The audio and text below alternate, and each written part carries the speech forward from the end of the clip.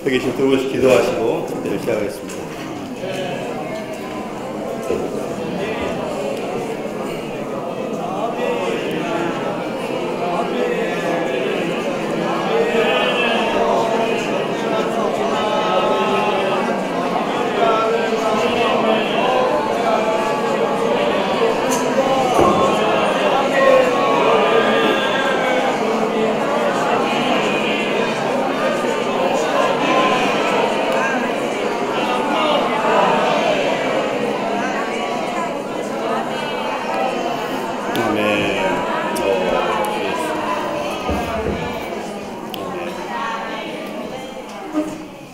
주님을 찬양합니다. 아멘.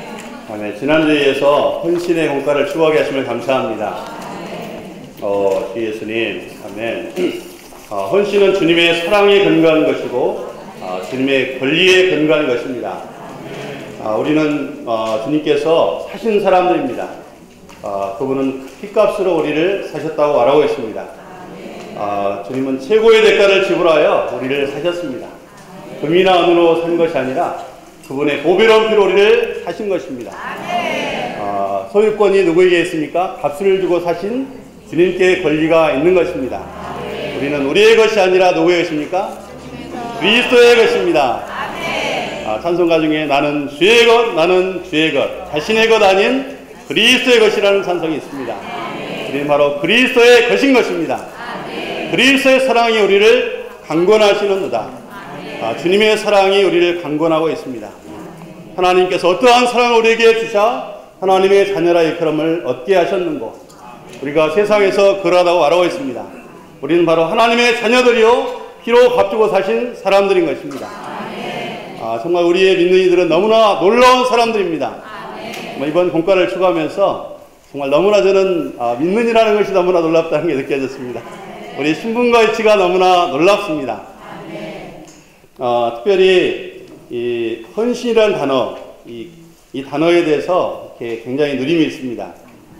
주님의 사랑에 강권되고 주님께서 비싼 값으로 사신 바 되었기 때문에 우리는 주님께 계속되고 주님을 위하도록 모든 것에서 자신을 분별한다고 말하고 있습니다. 이것이 바로 헌신이라는 것입니다. 이 단어는 구약에서 위임이라는 단어로 번역되었다고 그랬습니다. 위임이라는 단어는 성직을 받든다는 그런 뜻이 있습니다. 그것은 하나님을 섬기는 직분인 거룩한 직분을 받는 것이 바로 헌신이라는 것입니다. 하나님을 섬기는 거룩한 직분을 받는 것, 그것이 바로 헌신이라는 것입니다. 이 문장을 대할 때 너무나 감격스러웠습니다. 출애굽기 19장에서 하나님은 이스라엘 백성들에게 이렇게 말씀하셨습니다. 온 세상이 내게 속하였기 때문에 너희가 내 말을 잘 들으면 너희가 내게 대해서 제사장 나라가 된다고 말하고 있습니다. 하나님의 갈망은 이스라엘 이방 만명이 다 제사장의 나라가 되기를 원하셨습니다. 그러나 그들이 우상을 숭배함으로 하나님은 특별히 레위지파를 분별하셨습니다. 그러나 출애굽기 28장과 29장을 보면 레위지파 전체가 성직을 받은 것이 아니라 아론과 그의 가족들, 아론과 아들들이 받은 것을 보게 됩니다. 제사장 직분 성직은 아론의 일가에게만 하나님이 허락하셨습니다. 그러나 신약에 우리는 누구입니까? 계시록 1장 4절과 5절을 보면은 그분의 피로 우리를 값주고 사셔서 나라와 제사장을 삼으셨다고 말하고 있습니다. 우리는 나라와 제사장인 것입니다. 할렐루야! 우리가 바로 제사장인 것입니다. 베드로전서 2장 5절에 보면은 너희는 왕같은 제사장이라고 말하고 있습니다. 우리 장님들이 누구입니까? 왕같은 제사장들입니다. 할렐루야! 마르틴 루터는 종교개혁을 일으켰을 때 우리가 생각하는 것처럼 믿음으로 옳게 되는 진리를 해보는 건 다 알고 있는데 또 가장 중요한 것을 외쳤는데 뭘 외쳤습니까? 만인 제사장서를 외쳤습니다. 모든 사람이 제사장이라는 것입니다. 모든 믿는 이가 바로 성직을 받을 수 있는 제사장이라는 것을 마르틴 루터는 보았습니다. 할렐루야! 히브리어에 보면 이 성직을 받들다라는 용어가 바로 손에 충만하다 또는 손을 충만하게 하다는 뜻이라는 것입니다. 다비가 번역한 성경과 영의 선구사들을 보면 이런 각주가 달려 있습니다.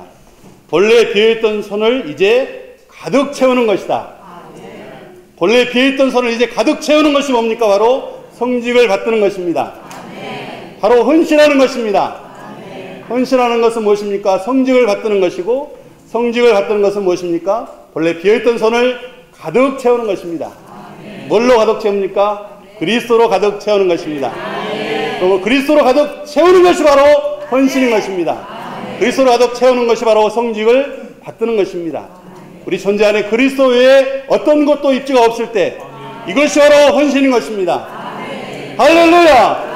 그리고 로마서 12장은 1절에서 몸을 드리는 것을 말하고 2절은 생각을 언급하고 있고 11절은 영안의 숨을 타서 주님을 섬기는 것을 말하고 있는 것입니다.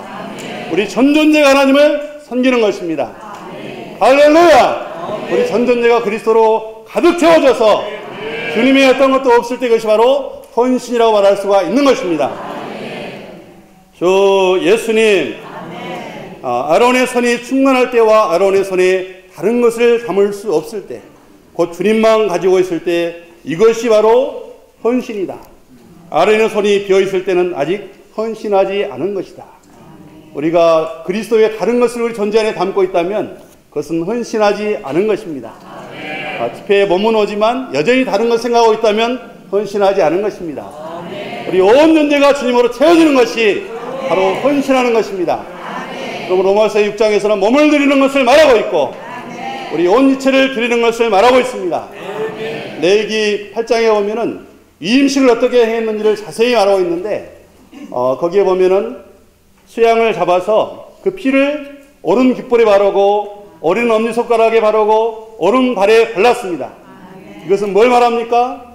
할렐루야! 우리의 몸을 드리라는 것입니다. 우리의 귀는 더 이상 다른 것을 듣기 위해 있는 것이 아닙니다. 하나님의 말씀을 듣기 위해 있는 것이고 우리의 손은 다른 것을 행하기 있는 것이 아니라 하나님의 뜻을 행하기 있는 것입니다. 우리의 발은 하나님의 길을 가기 있는 것입니다. 이것이 바로 헌신인 것입니다.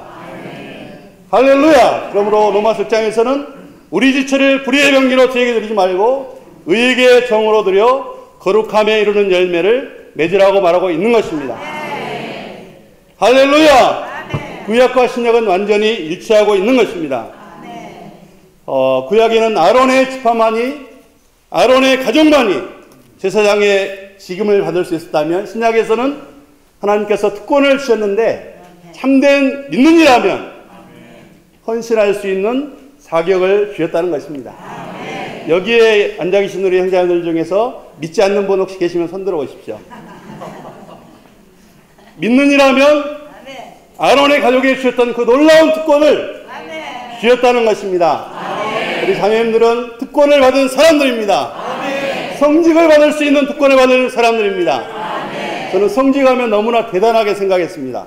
성직을 받는다는 것은 신학교를 나와서 4년 마치면 안수를 받을 때 성직을 받는다 이렇게 말하고 있습니다. 그러나 성경에서는 헌신하는 것이 성직을 받는 것이고 아론의 가족들, 아론의 일가만이 성직을 받을 수가 있었지만 신약에서는 우리 모든 믿는 이들이 바로 성직을 받을 수가 있는 것입니다.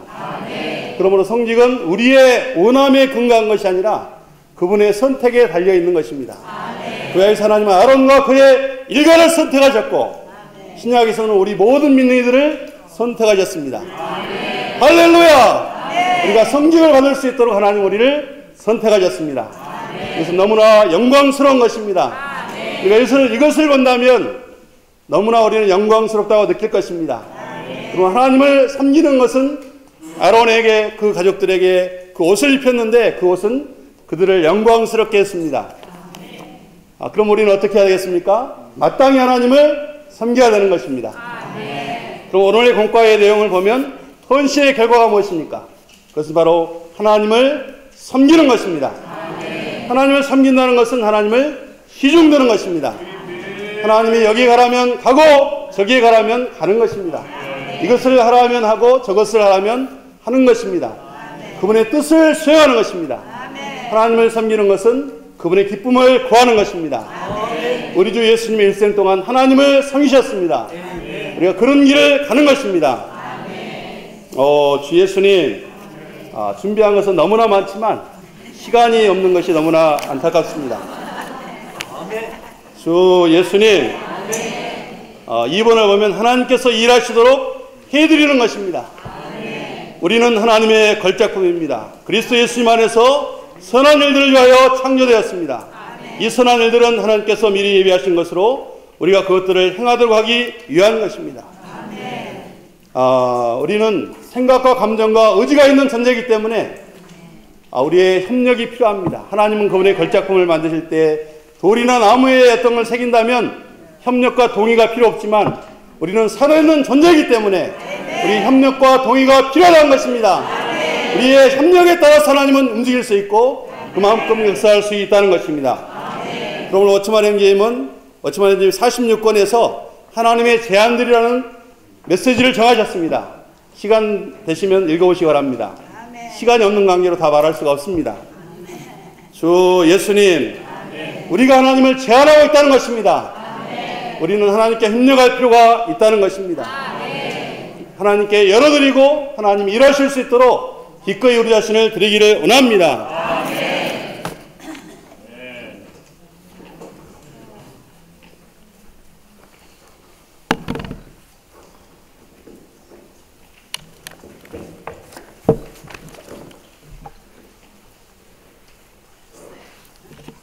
아멘. 저는 이 헌신을 사실은 문자 그대로 해석해 왔는데 우리 교수님은 헌신에 대한 영적인 이런 의미를 정확하게 해석해 주셨습니다. 성직을 받드는 것, 그것은 아주 거룩하고 영광스러운 것입니다. 우리 오늘날 신약에서는 다 왕같은 제사장들이요 그분의 소유된 백성들입니다. 이 헌신은 지난주에 우리가 정의를 많이 내렸지만 헌신은 먼저 제가 보니까 이 헌신이라는 말에 신자가 이민 신자더라고요. 그죠? 다 아시겠지만 몸을 드리는 겁니다. 헌자는 이제 바치는 자죠. 드리는 자. 왜요? 왜? 한자로 하면 이게 되게 어렵더라고요. 한자가. 그래서 이게 왜 한자가 이렇게 어렵나 이렇게 봤더니 이게 그 헌신이 어렵다는 거예요. 그래서 그러나 우리가 구원받는 것은 순간입니다. 그죠? 구원받는 것은 순간이고 구원받는 것은 시작입니다. 영적인 출생이죠. 마치 출애굽기에서 이스라엘 백성들이 애굽을 출발할 때 이제 시작하는 유월절과 같은 것입니다.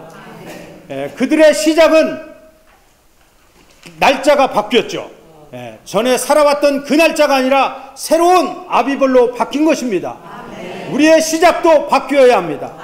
이제 영적인 구원을 통과했다면 또 하나의 관문은 이제 헌신의 관문을 통하여 일생토록 또 다른 단계의 길을 걸어가는 것입니다.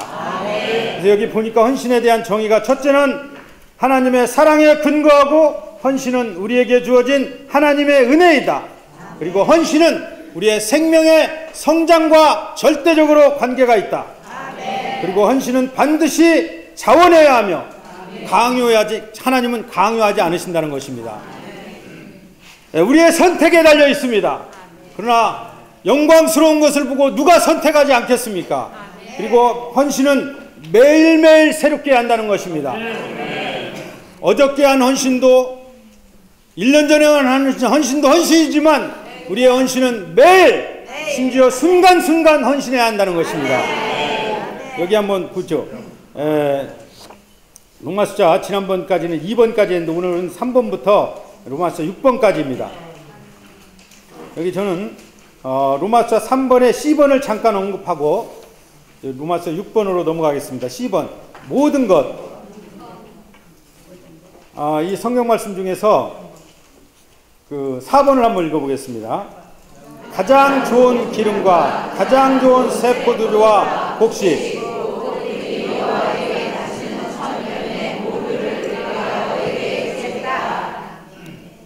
여기 가장 좋은 기름과 가장 좋은 새 포도주와 곡식이 있습니다. 우리가 헌신을 한다고 할 때 우리는 주님께 드리는 거죠. 이 드리는 것이 여기 성경에서는 다 헌신으로 번역될 수 있습니다.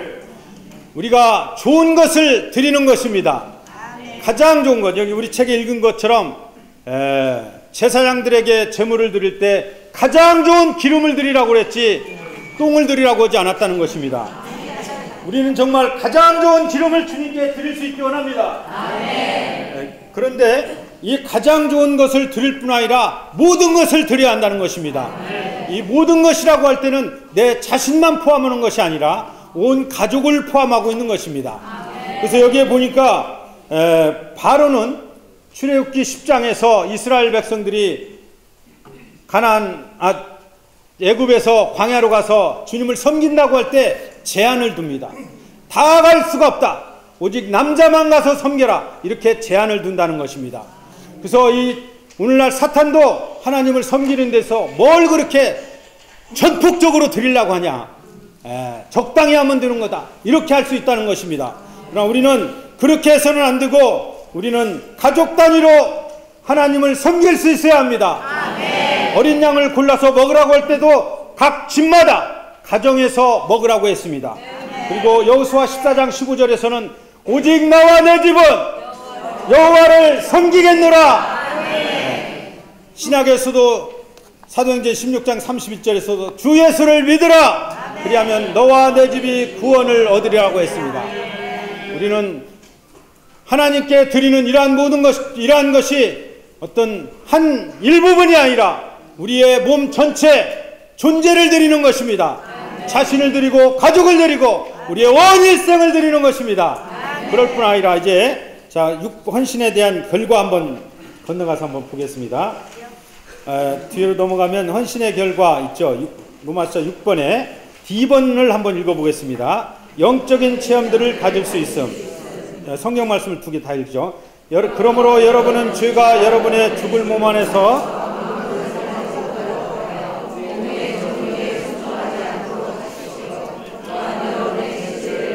불의의 무기로 죄에게 내어주지 말고 오직 여러분은 죽은 사람들 가운데서 살아난 사람으로서 자신을 하나님께 드리며 여러분의 지체를 의의 무기로 하나님께 드리십시오. 죄가 여러분을 지배하지 못할 것인데 그것은 여러분이 율법 아래 있지 않고 은혜 아래 있기 때문입니다. 여러분의 육체가 약함으로 내가 사람의 방식으로 말합니다.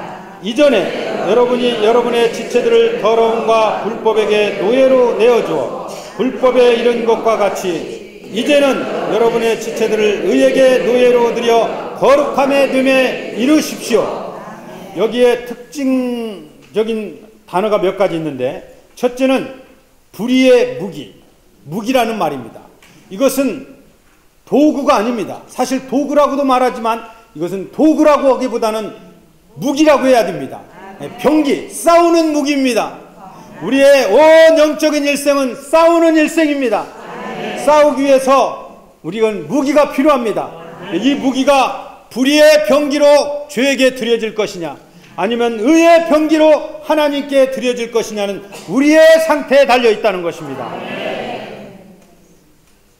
여기에 이 무기가 드려지는데 우리는 이거 과거 읽을 때 그냥 하나님께 의의 무기로 드린다고만 생각했지 이 구절을 주의하지 않았어요. 저도 이게 돌아보니까 왜 이 구절을 이 말을 주의하지 않았을까 했는데 여기 여러분은 죽은 사람들 가운데서 살아난 사람으로서 자신을 하나님께 드리며 죽은 사람들 가운데서 살아난 사람으로 드려야 한다는 것입니다. 그냥 천연적인 타고난 능력, 지혜, 재간을 그냥 교회 생활 안에 와서 주님을 섬긴다고 한다면 이것은 어려움이 된다는 것입니다. 정상적인 그리스도인의 생활이라는 책에서 워치만 형제님이 이것을 분명히 지적했습니다. 그렇기 때문에 교회 안에 많은 섬기는 사람들이 주님을 섬긴다고 말하지만 왜 문제가 되냐면 죽고 부활하지 않았기 때문에 그렇다는 것입니다. 우리가 주님을 섬기기 위해서는 반드시 가죽이 벗겨지고 각이 떼어져서 제단 위에 올라가야 한다는 것입니다. 정말 이럴 뿐 아니라 우리의 지체들을 의의 무기로 드려야 한다는 것입니다. 지체라는 것은 여러분들이 다 지체지만 이 몸의 지체를 말하죠. 아까 우리 형님이 얘기한 눈과 귀와 입과 우리의 손이 다 우리의 지체들입니다. 이걸 어떻게 사용하느냐? 눈은 보는 데서 주의해야 된다는 것입니다.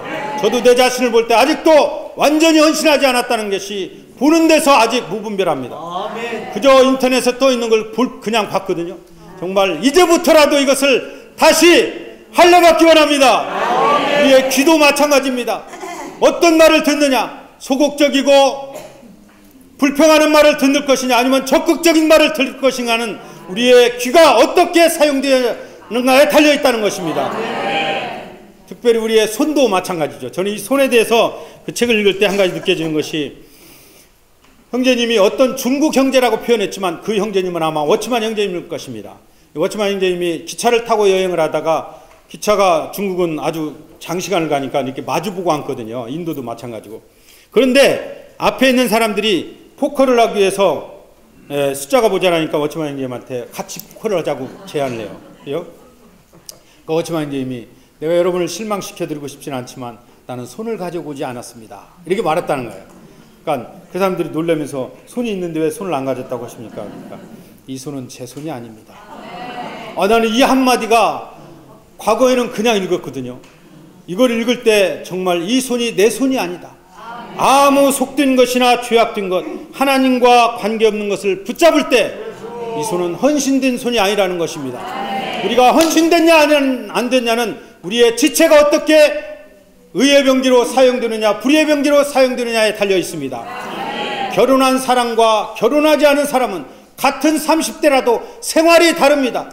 우리가 헌신한 사람이라면 우리의 생활과 삶이 달라야 합니다. 정말 이러한 헌신의 공과를 통과함으로 온 일생이 드려지는 헌신의 삶이 되기 원합니다. 그리하여 하나님의 뜻을 이루고 하나님을 영광스럽게 하기 위해 원합니다.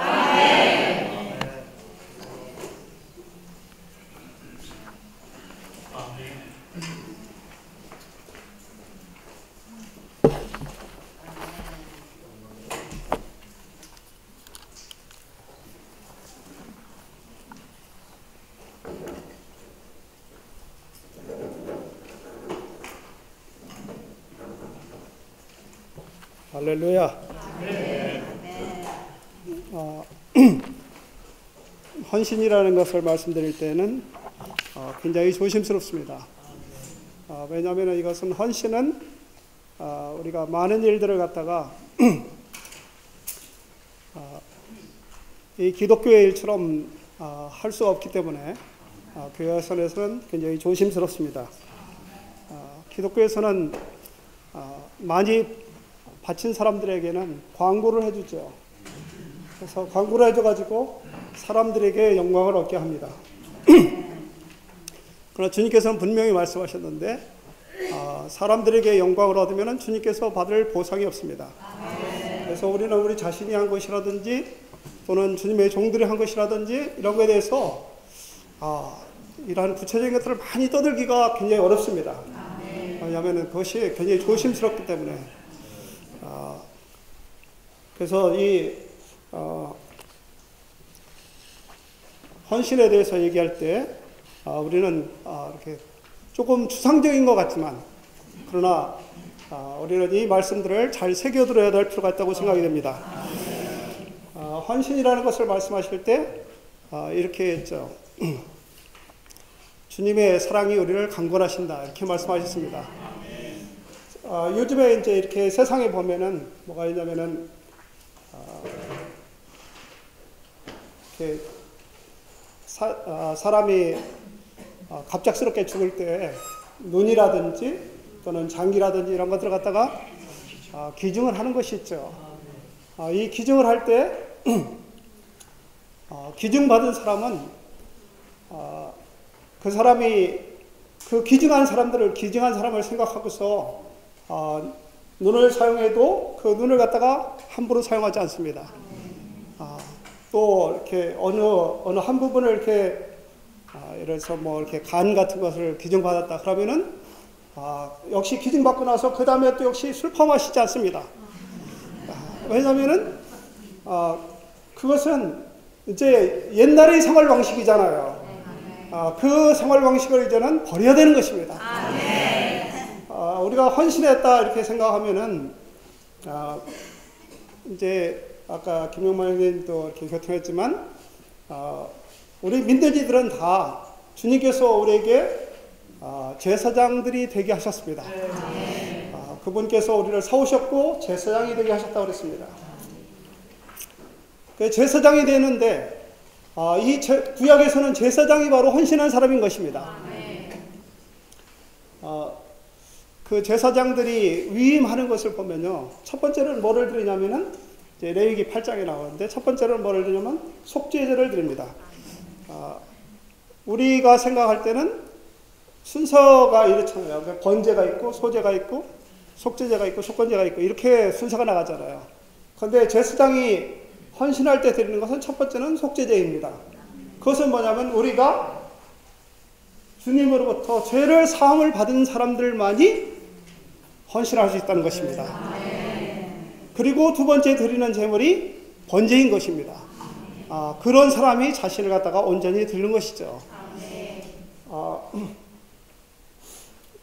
그런데 그 번제를 드리고 나서 이제 세 번째로 위임제를 드리는데, 이제 위임제를 드릴 때는, 그러니까 이제, 숫송아지를 드리고, 그 다음에 수양을 드리고, 수양을 2마리를 드리는데, 한 마리는 번제로 드리는 것이고, 또 한 마리는 위임제로 드립니다. 그때 그 피를 갖다가 오른쪽 귓불이, 오른쪽 엄지가락, 오른발 엄지가락, 여기에다가 바릅니다. 그것은 우리 지체를 갖다가 구체적으로 주님께 드린다는 것입니다.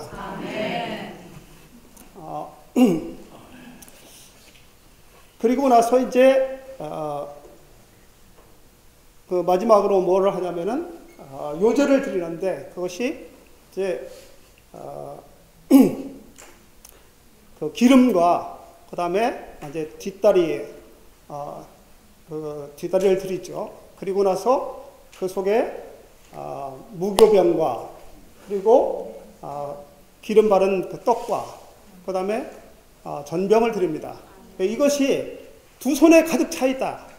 두 손에 가득 차 있다. 이것이 다 가득 차 있는 이것이 바로 헌신인 것입니다. 그래서 이러한 과정을 거칠 때 우리에게는 뭐가 가득하냐면은 바로 그리스도가 충만한 것이죠.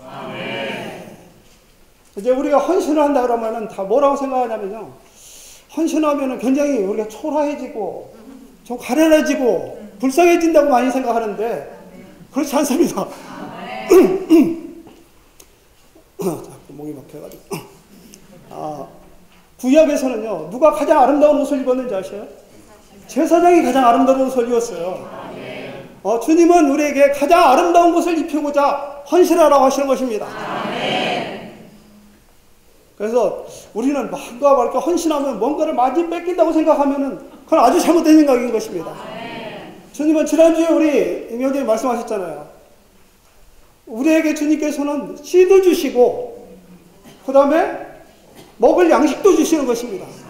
그 다음에 먹을 양식, 씨와 먹을 양식을 풍성하게 주신다고 그랬지. 먹을 양식이 부족해가지고 씨까지 파먹게 그렇게 주님은 주시는 분이 아니십니다. 먹을 양식도 풍성히 주시고 씨도 주시는데 문제는 그 다음에 뭐냐면 우리가 요 씨를 안 심는 것이 바로 문제인 것이죠. 주님께서 이것을 심으라고 말씀하시는 것이고 그 뒤에 계속 이어서 말씀하시는 것이 그것을 심었을 때 주님께서는 거기에 축복을 해주신다는 것입니다. 그래서 풍성하게 넘치는 열매가 있게 하신다. 주님은 이렇게 말씀하십니다. 우리는 혹시 주님께 이걸 드리면은 그 다음에 내가 엄청 가난해지지 않을까? 주님께 내가 시간을 드리면은 내 시간이 이렇게 쪼달려가지고 어떻게 되지 않을까? 그런 생각 하지 마십시오. 우리는요, 그렇게 안 해도 우리 자신을 너무나 쓸데없는, 이 불의의 병기로 우리 자신을 너무나 많이 드리고, 우리가 시간을 안 드리면은 쓸데없는 일을 하느라고 시간 다 씁니다. 우리가 물질을 안 드리면은 우리는 죄악된 일에 그 물질을 쓰게 됩니다. 그래서 우리는 가치 있는 일을 쓰라는 것이죠. 그래서 주님께서 우리를 이것을 말씀하시는 것입니다. 제가 아주 그 첫 번째 이제 오늘 말씀 중에 첫 번째 있는 그 말씀을 한번 보겠습니다. 그들은 우리가 기대했던 것 이상으로 하나님의 뜻을 따라 먼저 자신을 주님께 드리고 또 우리에게 주었습니다. 기대했던 것 이상으로 하나님의 뜻을 따라 먼저 자신을 주님께 드리고 또 우리에게 주었습니다. 저는 형제님들이 이제 이렇게 교통하신 가운데 이제 교통이 안 된 분들을 좀 교통하고자 합니다. 우리는 굉장히 이렇게 독립적이라서요. 주님과 우리의 관계가 좋으면은 모든 것이 다 문제가 없다라고 생각을 합니다. 그래서 우리가 드리는 것도 뭐라고 생각하냐면, 주님께 드리면 된다. 주님께 드리면 된다. 이렇게 생각하죠. 그래서 먼저 자신을, 근데 이 마게도니아 교회에 대해서 말씀하실 때 이렇게 했습니다.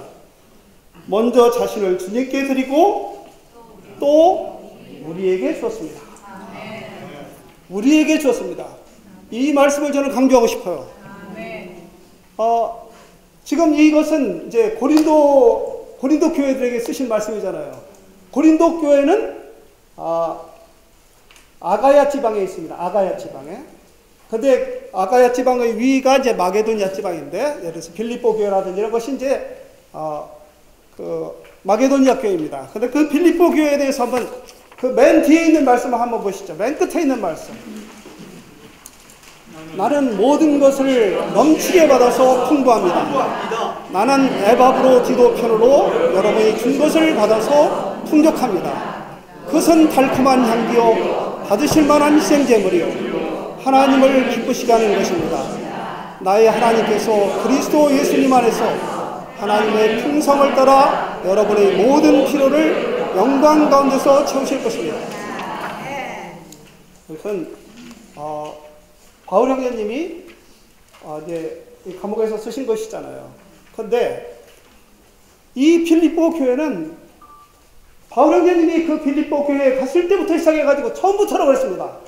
처음부터 계속해서 이 바울 형제님에게 공급을 했습니다. 정말 놀라운 교회예요. 근데 이 마게도니아에 있는 이 교회들을 들어가지고 에베소 교회에게 말씀하셨습니다. 에베소 교회가 아니라 고린도 교회에게 말씀하셨어요.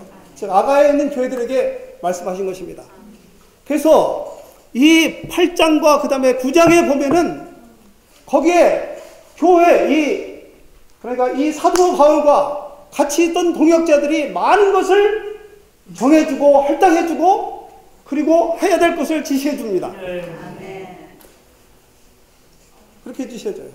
우리는 왜 교회에서 그런 것들을 이런 것들을 이렇게 다 이렇게 만들어 지시하고 이렇게 하느냐? 그냥 우리가 알아서 하면 되지. 우리는 그렇게 생각하면 안 됩니다. 우리는 하나님께 드리고 또 우리에게 주셨다고 분명하게 말씀하셨습니다. 하나님께 바쳤다. 상당히 추상적일 수가 있습니다. 그러나 교회에서 실제적으로 교회에서 오던 행정에서 이루어진 대로 한다는 것은 우리가 실제적으로 드릴 것을 얘기하는 것입니다. 우리는 먼저 자신을 주님께 드리고 그렇지만 또 어떤 면에서는 우리는 뭐냐면 우리 몸을 드려야 되고 바울 형제님은 더 구체적으로 말씀하셨잖아요. 몸만 드리는 것이 아니라 지체들을 드려라. 지체들을 드려라. 이렇게 구체적으로 말씀하셨습니다.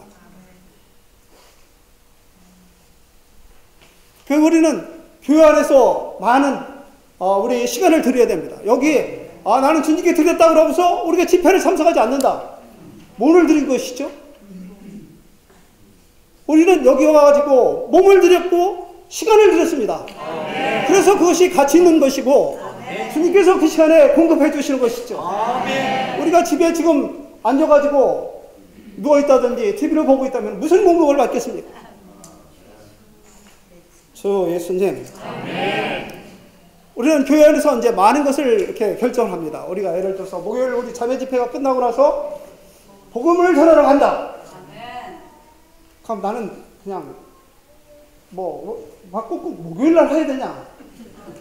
금요일 날도 나 가서 할 수 있고 또 다른 날 가서도 얼마든지 한다. 우리는 그렇게 생각하지 말아야 돼요. 왜냐하면 이것은 정해진 시간에 드리는 것, 이건 굉장히 중요한 것입니다.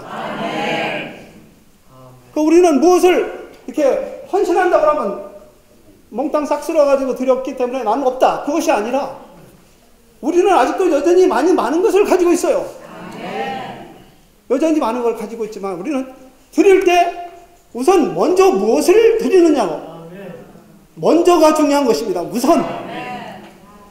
시간이 없다. 그렇지만 우리는 시간이 없지만 누구든지 다 물어보세요. 시간이 넘쳐가지고 나가는 사람이 없습니다.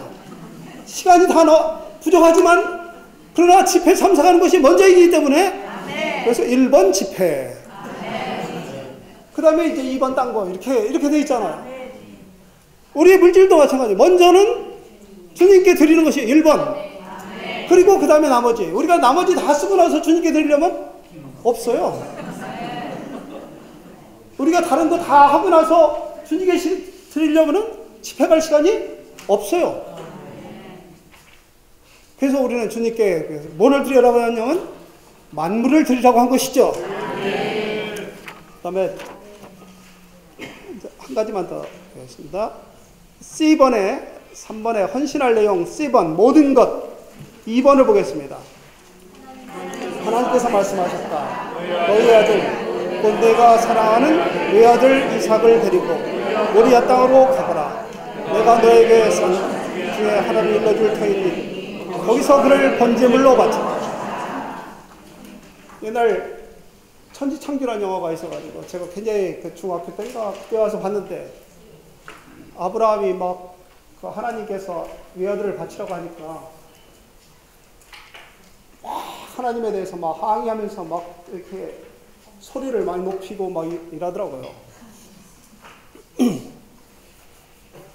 근데 그것은 너무나 성경하고 다른 것이죠. 아브라함은 아무 소리도 안 했습니다. 심지어 그것을 자매에게도 얘기하지 않았어요.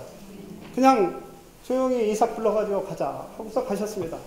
근데 주님은 참 아주 말씀하실 때 너희 아들 곧 내가 사랑하는 외아들, 그냥 아브라함의 가슴을 콕콕 찌르는 말씀을 하십니다. 주님은 이렇게 이야기하는 것이죠. 내가 사랑하는 외아들, 사랑하는 것을 드리라고 말씀하시고 외아들, 그냥 하나밖에 없는 것을 드리라는 거예요. 그냥 한 아들이 서너 명 있어가지고 한 명 드리라고 하면 그래도 괜찮겠는데 외아들, 그냥 하나밖에 없는 거 그거를 드리라고 주님은 말씀하시죠. 그러니까 우리는 생각하면은 뭐를 생각해요? 우리는 결과를 너무 많이 생각해요. 그래서 외아들 드리면 나는 아들이 없는데, 주님은 그 외아들을 드릴 때 하늘의 뭇별처럼 바다의 모래처럼 많게 하신다는 것입니다. 아멘. 우리는 주님에 대해서 확신을 가져야 되고 아멘. 주님에 대한 믿음을 가져야 됩니다. 아멘. 내 마음의 노래 403장.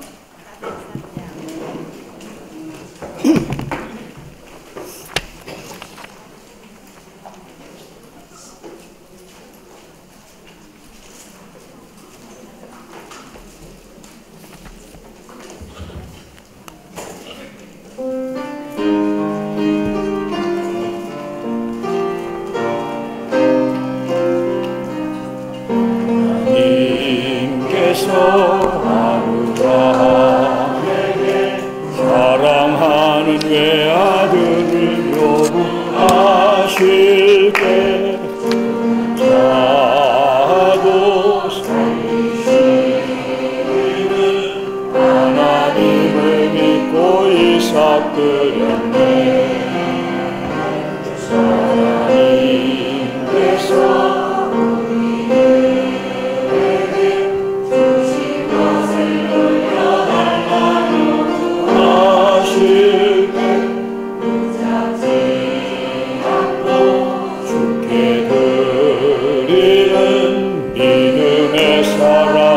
어디에 있나 그려진 이삭은 부활 안에서 되돌아와 셀 수 없이 많은 별들과 수많은 모래가 되었네. 우리의 생활에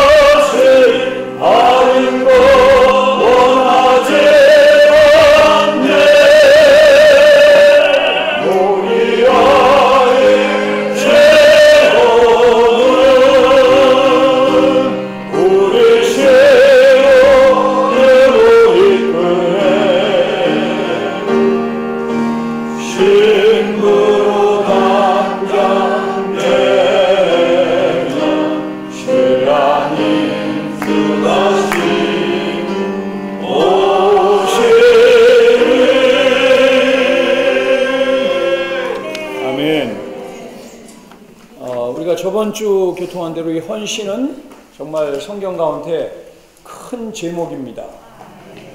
그리고 또 일생 우리가 살아 숨쉬는 동안 주님을 만나뵈러 가기 전까지 늘 매일 필요한 제목이기도 합니다. 이 헌신을 이제 이 동기나 의미나 이제 내용을 말하기 전에 이 헌신의 결과가 있어요. 여기를 한번 먼저 보시겠습니다. 헌신의 결과는 하나님의 뜻을 이해한다는 거예요. 하나님의 그 영원한 갈망과 뜻이 무엇인지 헌신한 사람들에게는 그 뜻을 이해할 수 있다는 거예요. 그러나 헌신하지 않으면 성경을 그렇게 많이 읽어도 인생의 참된 의미가 무엇인지, 교회의 목표는 무엇인지 그 이해가 잘 안 갑니다. 두 번째는 주님께 빛비춤을 받을 수 있다는 거예요. 성경을 읽기만 하면 한 구절을 읽었는데도 빛이, 우리를 인도하는 빛이 분명한 거예요. 그러나 헌신하지 않은 사람은 읽어도 그 읽은 내용을 삐딱하게 굴절해서 적용하고 또는 묵인하고 덮어버리고 이러죠. 제가 저번 주 며칠 전 목회자 세미나 때 우리 워치만 형제님이 우리나라 나이 28세 때 해방하신 메시지를 읽어드렸어요. 목사님들한테 제가 그걸 읽어드렸습니다. 28세인데 혼의 구원에 대한 그 방면이 얼마나 분명한지, 도대체 혼의 구원이 무엇인지를, 무엇이 혼을 잃어버리는 것이고 장차 혼을 얻는 것인지 그렇게 분명할 수가 없습니다.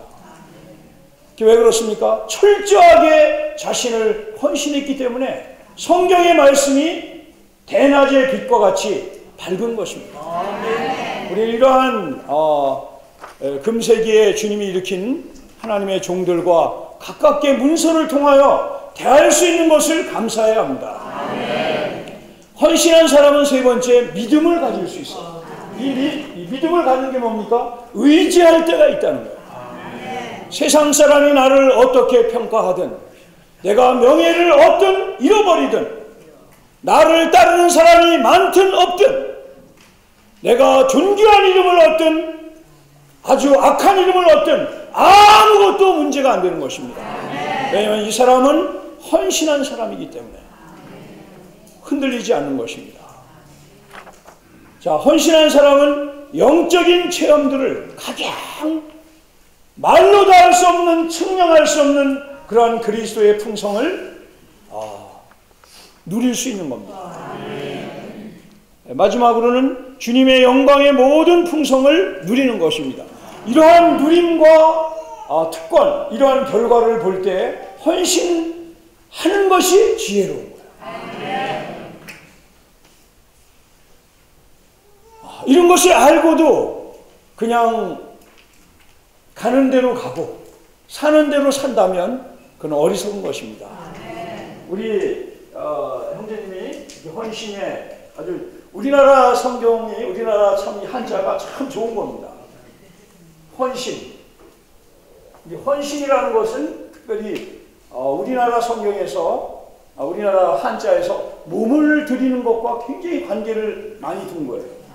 중국에서는 헌신을 이렇게 이런 단어를 안 쓰고 봉헌한다는 단어를 씁니다. 중국어 하시는 분 계신가? 네, 봉헌한다고 말합니다. 근데 우리나라 성경에서는 헌신이라고 했고, 또 여기에 첫 번째 헌신하는 내용이 뭡니까? 자신이에요.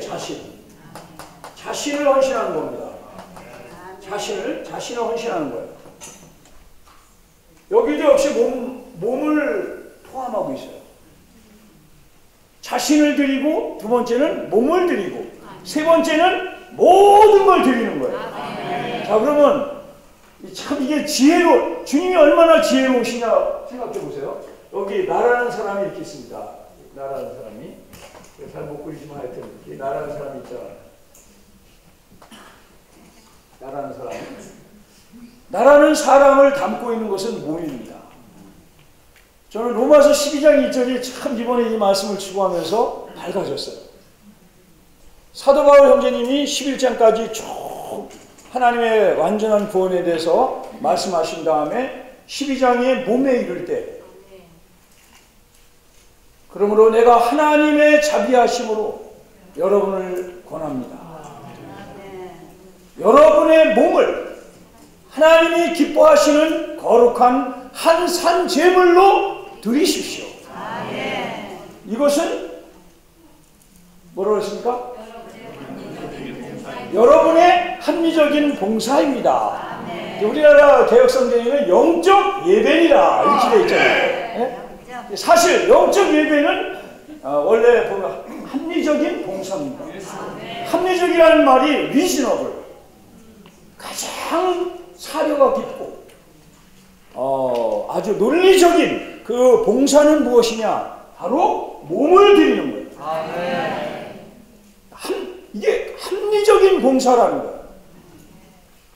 자, 몸 안에는 뭐가 있습니까? 여기에 생각도 있고, 감정도 있고, 의지도 있고, 몸하고 관련된 아주 너무나 소중한 영이 있고, 양심도 있고, 나눠서 말하는 거예요. 여기에 직감도 있고, 고통도 있고, 이 몸 안에 관련된 너무나 풍성하고 보배로운 게 많아요. 여러분, 몸이 얼마나 귀한지 아십니까? 아무리 영이 강해도 몸이 아프지 않습니까? 쉽지 않습니다. 사람이 몸이 아파서 누워있으면 몸살 걸려보셨죠? 몸살. 몸이 막 떨리는 몸살, 한축 나는 몸살을 다 경험해 보셨을 거예요. 그때는 누구도 아무리 사랑 안 해도 어떻게 해줄 수가 없는 거야. 최선을 다해서 도와줘도 잘 안 돼요. 몸은 그렇게 소중한 겁니다. 그래서 그리스도인은 몸을 함부로 사용하면 안 돼요. 아까 형제님 말씀하신 것처럼 보는 거, 듣는 거, 만지는 거, 가는 거, 이 모든 것이 나중에는 지체를 드리라고 했죠. 몸을 드릴 뿐 아니라 지체를 드리는 거죠. 그래서 내 마음은 지폐에 있습니다. 이렇게 말하는 것이 틀린 것은 아니지만 어떤 사람에게는 맞지만 어떤 사람에게는 틀려요. 변명을 하는 사람에게는 틀린 거예요. 그러나 정말 사모하지만 환경이 허락되지 않은 사람한테는 그 말이 맞는 거예요. 그런 사람은 어떻게 해서든지 이 몸 안에서 이러한 지폐에서 해방된 성령의 흐름을 접하려고 하죠. 자, 그러면 지폐에 나오는 것, 어떤 교회의 움직임에 참여하는 것, 몸으로 하는 것입니다. 먼저가 몸으로 드리는 것입니다. 그래서 어떤 지혜로운 어떤 성도는 연말이 되면 이렇게 기도한답니다. 하나님, 제가 올해에도 오는 해에도 모든 집회에 참여할 수 있게 해주소서. 이거는 만유를 포함한 기도예요. 거기에는 아니 집회 오려면 건강해야죠. 그렇죠? 또 집회 오려면 모든 관련된 수단과 환경이 허락해야죠. 그러니까 집회에 참석하게 해주십시오라는 이 기도는 만유를 포함한 기도예요. 몸이 건강하게 해주십시오는 좀 부족한 기도예요. 이거는 주님을 아는 사람들의 체험에서 나오는 것입니다. 정말 우리는 교회가 움직일 때 한 세 사람과 같이 하나와 같이 움직일 수 있기를 원합니다. 얼마 전에 저번 목요일 집회 후에 어떤 지체가 찾아왔어요. 찾아오셔서 주님이 잠을 안 오게 하시더랍니다. 주님이 말씀을 하시더라고요. 너 약속한 거 지켜라. 너 약속했지 않냐 하면서 이 형제님이 제가 볼 때는 그 물질은 그 형제님의 생명과 같은 거예요. 정말 생명과 같은 겁니다. 그런데 이 물질을 누군지 알려고 하지 마세요. 교회는 그런 거 안 알려줍니다. 그냥 알게 된 부득불하에 알게 된 한두 사람만 알면 끝나는 거예요. 왜? 그분으로 하여금 하나님 앞에 상을 받게 해야 되기 때문에. 아까 고현지 말씀하신 것처럼 기독교의 일은 사람들을 높이고 사람들의 헌신을 고취하기 위해서 막 자랑시킵니다. 교회는 1922년에 회복의 이 떡을 뗀 이후로 한 번도 그런 걸 용납한 적이 없습니다. 우리의 유익을 위하여 제가 예를 드는 겁니다. 제가 그 한 장의 수표를 받았을 때 정말 주님은 살아계시다는 걸 느꼈어요. 그리고 기회가 신속히 지나가기 때문에 이 기회를 잡도록 긍휼을 베푸신 주님께 감사를 드렸습니다. 사랑하는 형제자매들, 헌신은 첫째 몸으로 하는 겁니다. 그래서 굳은 일이 있을 때 몸을 드려야 돼요. 저는 복음서에 있는 형제자매들에게 몸을 드리는 게 중요한 걸 강조하고 있습니다. 예를 들어서 집기를 이제 이 방수 문제가 완전히 해결됐기 때문에 이제 식사를 밑에 층에 1층에서 합니다. 1층에 물이 아직 현재로 한 방울도 안 새요. 아주 기술자를 만나가지고 이제 해결이 됐어요. 이것도 짐을 나르려면 그동안 3층에서 했는데 세미나들 여기서 다 밥을 이 자리에서 드셨거든요. 그러면 짐을 나르는데 어떡합니까? 이런 소식을 접할 때 반응이 핑계를 대고 빠지려고 하면 그 몸을 안 드리는 거예요. 자신의 몸을 드리는 겁니다. 물론 어떤 사람은 허리가 아프고 힘들죠. 저도 뭐 허리 수술한 사람입니다. 그러나 그런 일이 있을 때 달려들어서 몸을 드리는 그것이 헌신의 첫걸음이에요.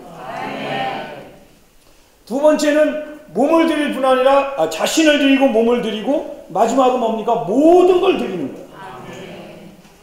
여기 방금 부른 찬송처럼 이것이 주의 회복의 기상입니다. 주의 회복 안에서 우리는 모리아의 여정에 있네.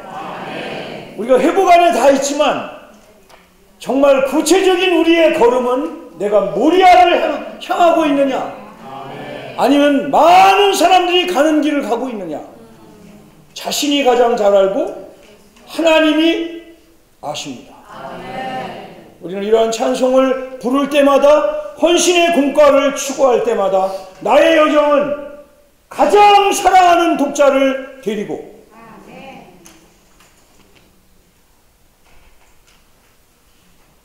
모리아를 향해서 가는 겁니다. 그래서 가서 그 아들도 참 굉장한 아들이에요. 이삭도 건장했을 텐데, 아버지 여기 저 번제할 그 화목은 제가 이제 메고 가고 있는데 번제할 양은 어디 있습니까? 그런데 저 아버지 답변이 참 기묘해요. 하나님이 준비하신다.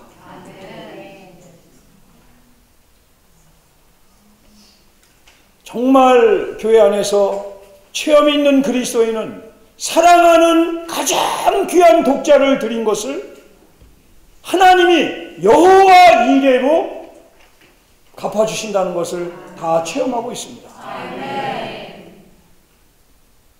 우리 때 안 갚아주시면 우리 후대에 갚아주실 것이고, 다 아니라도 그분의 심판대 앞에서 우리는 왕국을 혼의 누림으로 보상으로 받게 될 것입니다. 우리는 이것이 주의 회복의 모리아로의 여정을 말하는 것입니다. 우리는 무엇을 드립니까?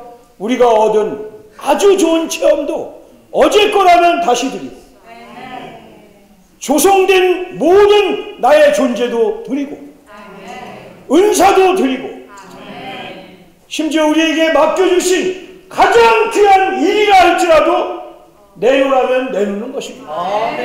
이것이 주의 회복의 헌신의 이상입니다.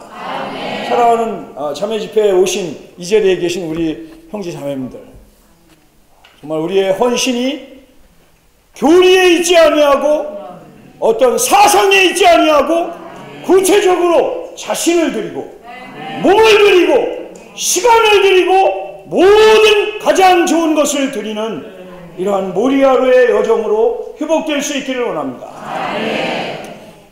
이 자매님들을 온전케 하는 집회에 지금까지 우리가 추구한 성경 중점 진리를 헌신해서 일단 잠깐 스톱하고 다음 주부터 나가는 것은 죄를 처리하는 문제거든요. 이것을 하지 않고 교회는 무엇을 결정했냐 하면 이번에 사역원에서 있었던 자매님들을 온전케 하는 집회에 많은 형제님들이 참석하셨습니다. 그곳에서 한국 교회들에게 또 성남교회에게 가장 필요한 말씀을 해방해 주셨어요. 그것은 우리가 진리를 추구하고 7차 집회를 따라가고 PSRP를 하고 여전히 계속해야 합니다. 그리고 잘해야 합니다. 그러나 계속 그렇게만 하는데 잃어버린 하나님의 양떼를 찾지 못하고 사랑하는 우리의 아들, 딸들을 회복하지 못한다면 또 거리에 있는 하나님이 택정한 사람들을 양떼로 하나님 앞에 찾아오지 못한다면 우리는 부족한 것입니다. 그러므로 여기에서 반드시 이 떡은 뒤집어져야 합니다. 만찬떡 구워보셨죠? 네. 만찬떡을 구울 때 이 떡은 자주 뒤집어야 돼요.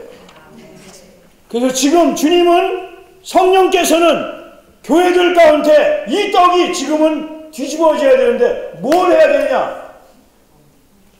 복음의 구조가 세워져야 돼요. 그리고 목양의 구조가 세워져야 돼요. 물론 목양을 하시죠. 그리고 복음도 전하십니다. 그러나 이것이 견고한 구조가 될 때까지. 자, 우리가 떡 드리는 집회 패한 적이 없죠. 목요 자매 집회 목요일마다 몇십 년을 이렇게 해왔습니다.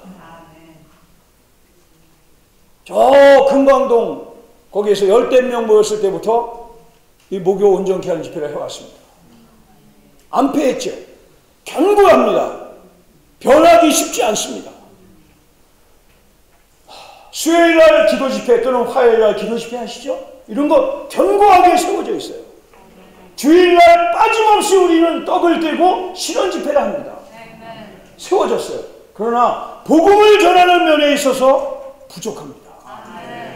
교회는 앞으로 6주에 걸쳐서 무엇을 추구하냐 하면 사역원에서 주셨던 이모 형제님과 오의서 형제님의 6번의 메시지를 비디오를 통해서 6주간 추구합니다.